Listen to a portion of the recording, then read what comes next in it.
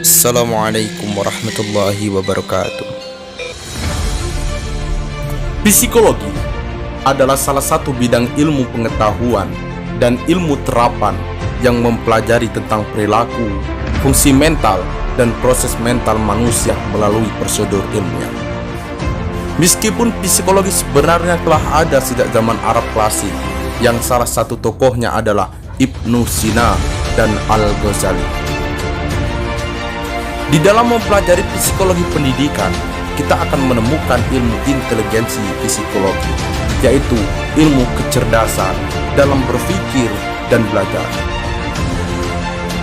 Hakikat inteligensi. Kita sering menemukan ada orang yang cepat, cekatan, dan terampil dalam waktu yang relatif singkat, sehingga dapat menyelesaikan tugas serta pekerjaan yang dihadapinya. Begitu pula sebaliknya, banyak orang yang menyelesaikan masalah yang dihadapinya membutuhkan waktu yang relatif lama. Bahkan ada pula yang lamban dan tak dapat menyelesaikan pekerjaannya. Salah satu faktor yang menentukan hal tersebut adalah taraf inteligensi orang tersebut. Selanjutnya yaitu teori-teori inteligensi. Yang pertama, teori general intelligence.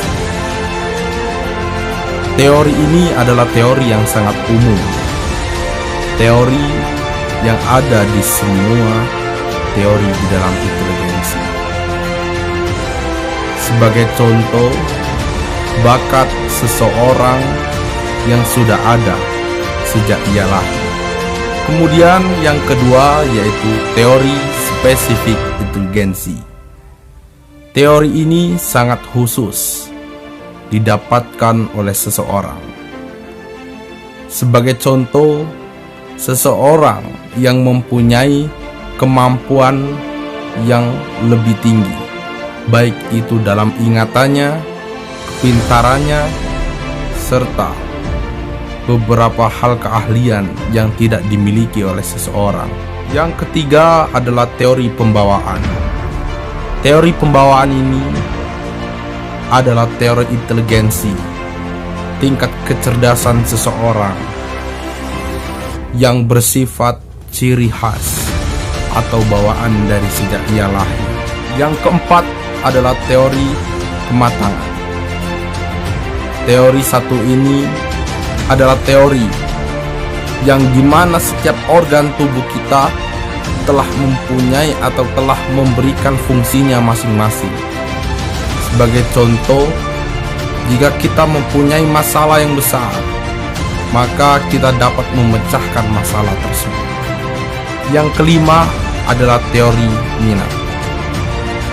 Teori ini adalah teori yang meyakini bahwa adanya minat yang khas akan mengarahkan perbuatan seseorang tersebut pada cara atau proses yang dilakukannya untuk mencapai tujuannya.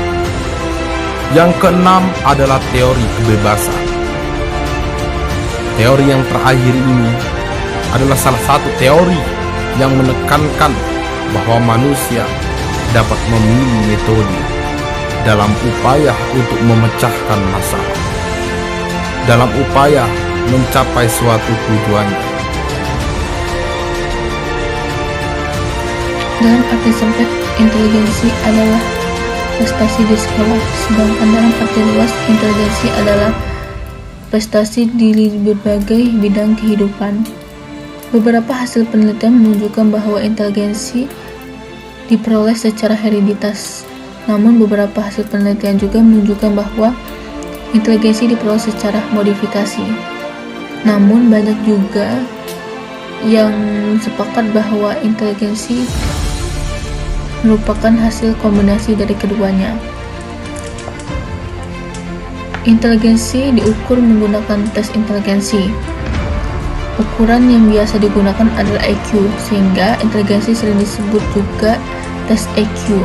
Ukuran IQ adalah rasio antara umur kecerdasan dan umur kalender.